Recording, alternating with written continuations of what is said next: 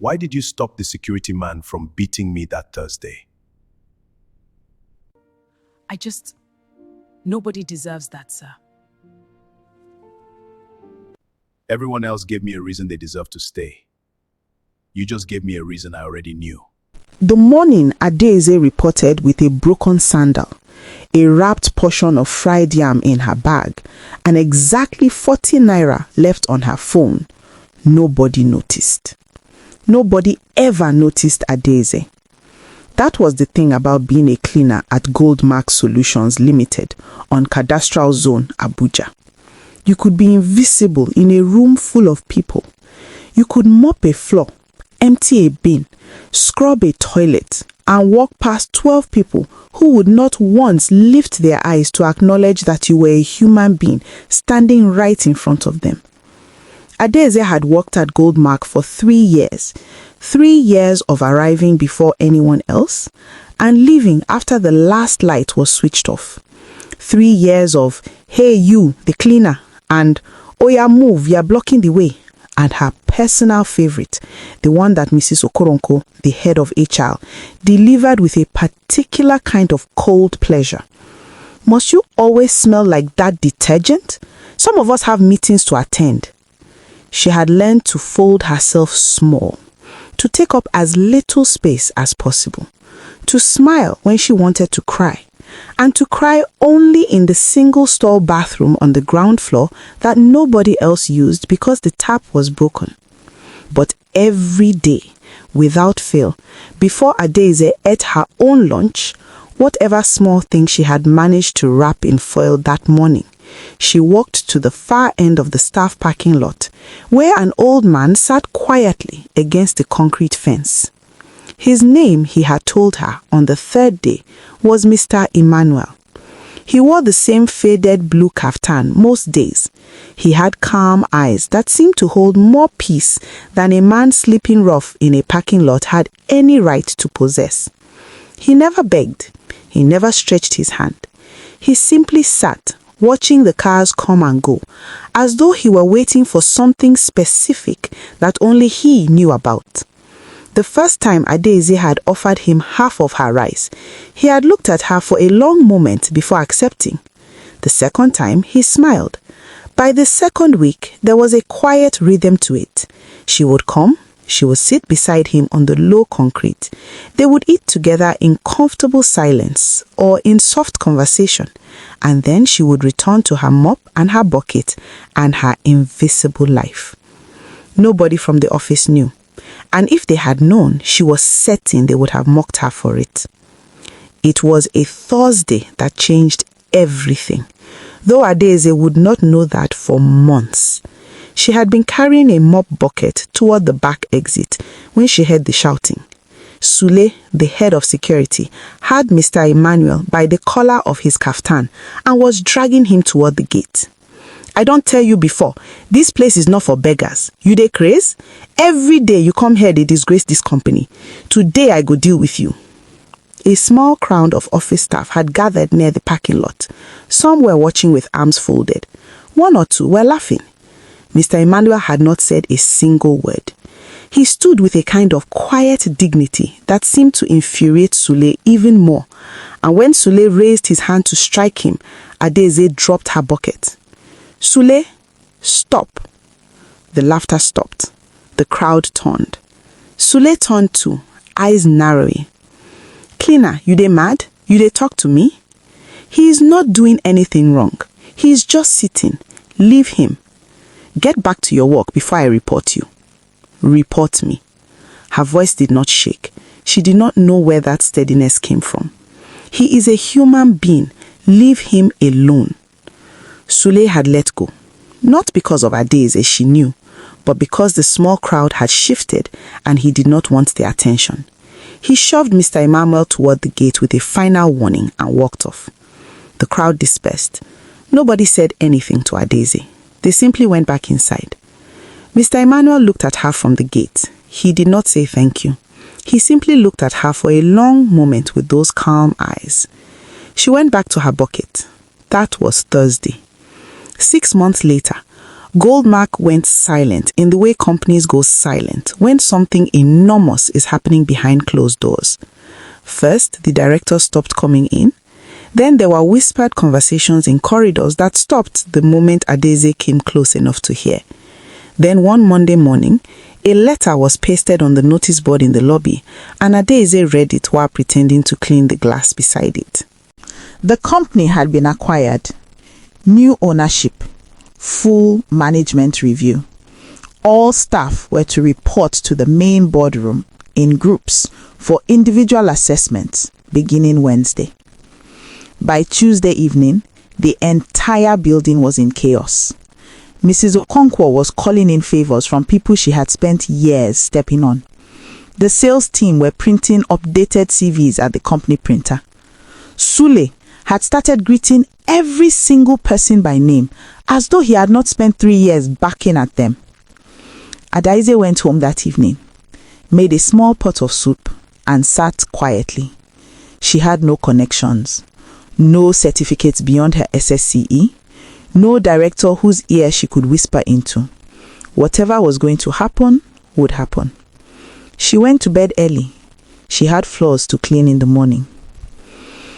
Wednesday arrived like a verdict.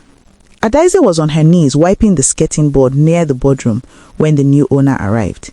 She heard the silence before she saw him. That particular quality of silence that falls over a room when someone powerful enters it. She kept her eyes on the skirting board. Shoes stopped in front of her. Good shoes. The kind that cost more than 6 months of her salary. She looked up. The calm eyes looked back at her. Mr. Emmanuel was wearing a charcoal grey suit that sat on his shoulders like it had been made for a king. Because it had. Because he was. His hair was freshly cut. His wristwatch caught the light. Behind him stood 2 men in dark jackets who were clearly not there for decoration. Adaeze's hand stopped moving. He smiled, the same quiet smile from the parking lot, and walked into the boardroom without a word. She stayed on her knees on the floor for a full minute before she remembered how to breathe. The assessment began at 9.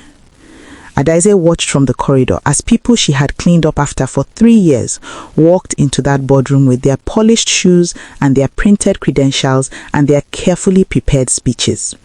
Mrs. Okonkwo went in at 11.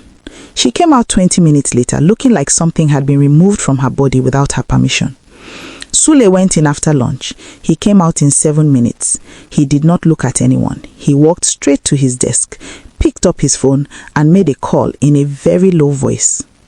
By 4, the assessments were down to support staff. The receptionist went in. The dispatch rider went in. Then someone knocked on the door of the small ground floor bathroom where Adaeze was refilling her mop bucket. The chairman wants to see the cleaner. Adaeze. Her heart dropped to the floor she had been mopping. She walked in. She closed the door. She sat when he told her to sit. The boardroom that she had cleaned on her knees every single morning for 3 years looked different from the chair. It looked enormous and terrifying and somehow still familiar. He studied her for a moment. Then he asked her why she stopped Sule that Thursday. She told him, her voice small but honest. Nobody deserves to be treated like that.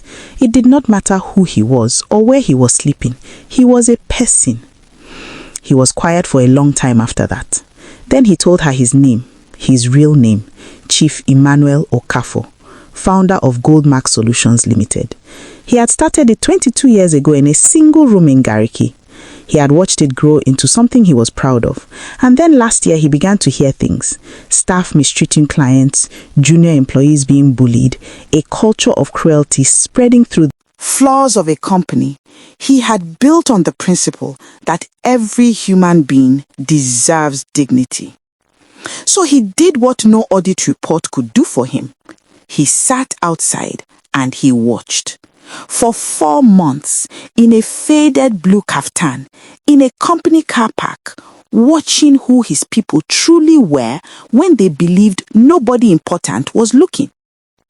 Adaeze sat across from him and felt the entire weight of 3 years pressing against the back of her eyes. "You never knew I was watching," he said quietly.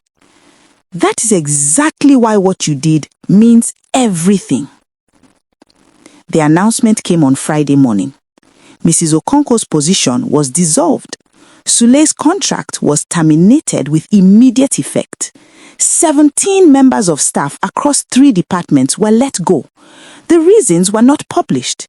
They did not need to be. Everyone in that building understood. Adaeze was called in last. She was offered the newly created position of Head of People and Culture, a role built specifically to ensure that what Chief Emmanuel had witnessed in his own company would never take root again. The salary attached to it made her hands tremble when she read the number.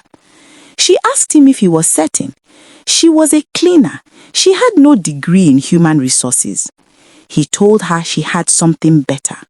She had 3 years of watching how power behaved when it believed itself unobserved.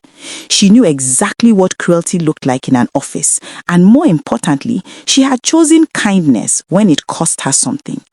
That, he said, was the only qualification that had ever mattered to him.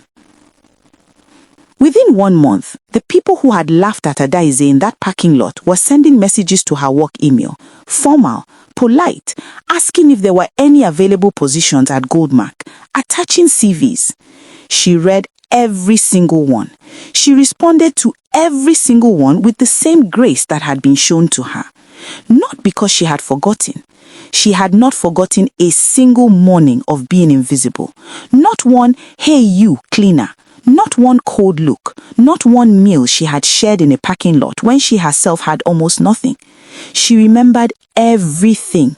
She simply chose to be something different from what had been done to her. Chief Emmanuel passed her office one afternoon and stopped at the open door. "How is it going?" She looked up from her desk in her office with her name on the door, and smiled. "It is going well, sir. One person at a time." He nodded and walked on. And Adaeze turned back to her work, thinking about something her mother had told her once in their small compound in Okbara, that the ground never forgets the feet that walked gently across it. She had walked gently, even when it hurt, even when nobody was watching. It turned out somebody always was. If this story moved you, share it with someone who needs to be reminded that kindness is never wasted, even when nobody sees it. Like this video, drop a comment below telling us what Adaeze's story taught you, and subscribe to Gracious Folktales so you never miss a story that speaks straight to your soul. New stories drop every week. We will be here, and so will you.